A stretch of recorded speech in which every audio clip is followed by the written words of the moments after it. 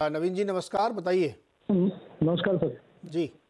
Sir मेरे पास DSFC के share हैं, 250 शेयर है 275 के रेट पे, और लॉन्ग टर्म के लिए लिए हैं बेसिकली। तो कब 275 ये लेवल दिखा पाएगा या कितना ग्रोथ दे पाएगा आगे? जो लॉन्ग टर्म मतलब 2-3 साल। जी बिल्कुल। ओके राजेश जी, 2-3 साल का नज़रिया है GSFC में, लेकिन इनके प्राइस से भी 25-30 रुपये नीचे चल रहा है। अगर जी। रुकें 2-3 साल तो क्या बड़ा मुनाफा हो सकता है इसमें? देखिए नीरज जी, चांसेस तो डेफिनेटली है क्योंकि वीकली चार्ट इसका बेहतरीन है।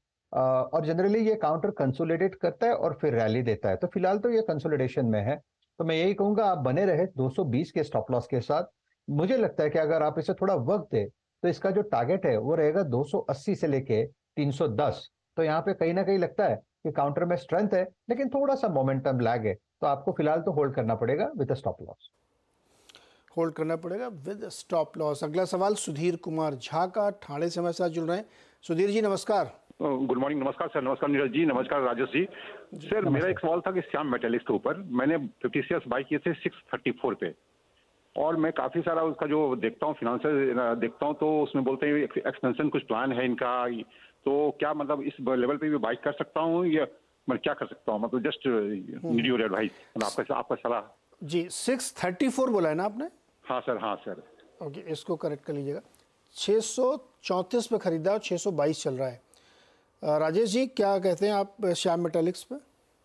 नीरज जी, मुझे लगता है काउंटर बढ़िया है, लेकिन ये थोड़ा कंसोलिडेशन में है। अगर आप इसका चार्ट देखें तो आपको समझ में आता है कि 600 के आसपास 610 और 600 ये इसका एक स्ट्रॉन्ग सपोर्ट है, एक्यूमुलेशन जोन है। सामने 650 660 ये डिस्ट्रीब्यूशन जोन है। तो कोई भी काउंटर एक्यूमुलेशन और डिस्ट्रीब्यूशन इस जोन में काम करता है, तो ये कंप्लीट एक साइडवेज काउंटर है। लेकिन चार्ट अगर आप इसी को थोड़ा सा वक्त दे तो मुझे लगता है इवेंचुअली 600 610 को रिस्पेक्ट देके 650 का लेवल निकालेगा, और फिर मुझे लगता है ये 750 की तरफ भागेगा। तो काउंटर फिलहाल एक्यूमुलेशन में है, कंसोलिडेशन में है, मोमेंटम की कमी है, लेकिन फिर भी yes it's an hold for me. 600 के नीचे स्टॉप लॉस मेंटेन करे और होल्ड रखे।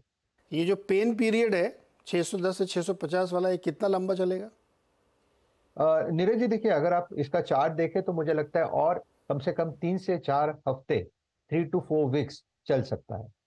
ओके, तो लगभग 1 महीना और आपको जहाँ साहब इसको बर्दाश्त करना पड़ेगा इस रेंज में, फिर शायद ब्रेकआउट या नीचे की तरफ आना। स्टॉप लॉस जरूर लगाइएगा। इस लेवल में बाई करूँ कि नहीं किया सर कैसे इस बार?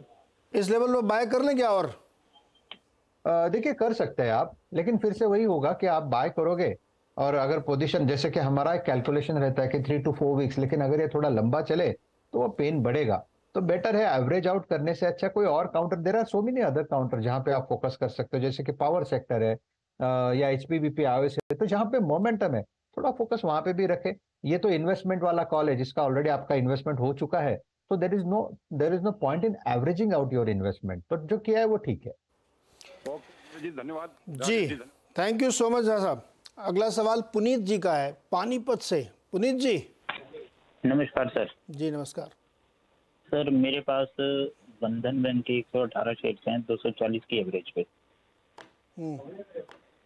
और सर मैं मीडियम टर्म का व्यू चाह रहा हूँ, और इसके अलावा मेरे पास सर एक स्टॉक और है, मैं उस पर भी राय देना चाहूँगा सर। कौन सा? सर वो है मेरे पास 110 स्टॉक कैंपस के 307 रुपये की एवरेज पे। 307 रुपये 307। 307 यार गुरु, तुम्हारा तो दोनों में मामला बहुत टेढ़ा है। जी सर। राजेश जी, बंधन बैंक अब तो चंद्रशेखर जी ने भी रिजाइन कर दिया है। बताइए भाई, बंधन बैंक ये तो बहुत 240 पे है इनका, क्या किया जाए बंधन बैंक में? नीरज जी मुझे लगता है कि बंधन में अगर आप इसका स्ट्रक्चर देखें तो वो ओवरसोल्ड है, और क्योंकि फंड वाला काउंटर है, यहाँ पे एक रिलीफ रैली प्ले है जिसका टारगेट 200 210 का है। प्रोबेबली मुझे लगता है कि फ्रॉम करंट लेवल वहां तक तो जाएगा, लेकिन 240 तक का मूव, यस मुझे लगता है यहाँ पे सामने थोड़ा क्वेश्चन मार्क है। तो अगर आपको 210 का लेवल मिल जाता है तो एटलीस्ट आप इसमें से पार्शियल लॉस बुक करके निकल जाइए, थोड़ा रख लीजिए वो, उसमें कोई बात नहीं है क्योंकि गलत हम भी हो सकते हैं। लेकिन यस फॉर द टाइमिंग में इतना ही कहूंगा, ये रिलीफ रैली है, 200 210 का टारगेट होगा, स्टॉप लॉस होगा आपका 175 का। 210 तक जाएगा भी, तब भी इनका तो 240 है। एक बार दोबारा फोन करिएगा उस समय जब ये 210 के आसपास आपको दिखे थे। अच्छा, दूसरा वाला भी इनका भी वैसे ही खेल है। कैंपस 307 पे लिया है। आई थिंक कैंपस में उतना, हाँ नीरज जी, मुझे लगता है कैंपस में उतना तकलीफ मुझे नहीं लगता। प्रोबेबली कैंपस आपको अगले दो तीन महीने में ही वो भाव दिखा दे। ओवरऑल ये जो सेक्टर है, जनरली हमने देखा स्कूल्स के आसपास के टाइम जो होते हैं तब ये चलता है। तो एक नज़र कैंपस पे भी है, एक नज़र बाटा पे भी है हमारी। तो कहीं ना कहीं लगता है कि at this level yes it's a hold, that is for sure. 235 का एक स्ट्रिक्ट स्टॉप लॉस रखे और मुझे लगता है कि आप इसका पहला टारगेट, पहला रेजिस्टेंस आएगा 285 का। नीरज जी वो भी निकल जाए तो मुझे लगता है 320 तक की रैली मिलेगी, लेकिन थोड़ा वक्त लगेगा। जैसे मैंने कहा कि एक आध 2 महीना थोड़ा आपको होल्ड करना पड़ेगा, लेकिन स्टॉप लॉस के साथ। 320 चला जाए तो फिर निकल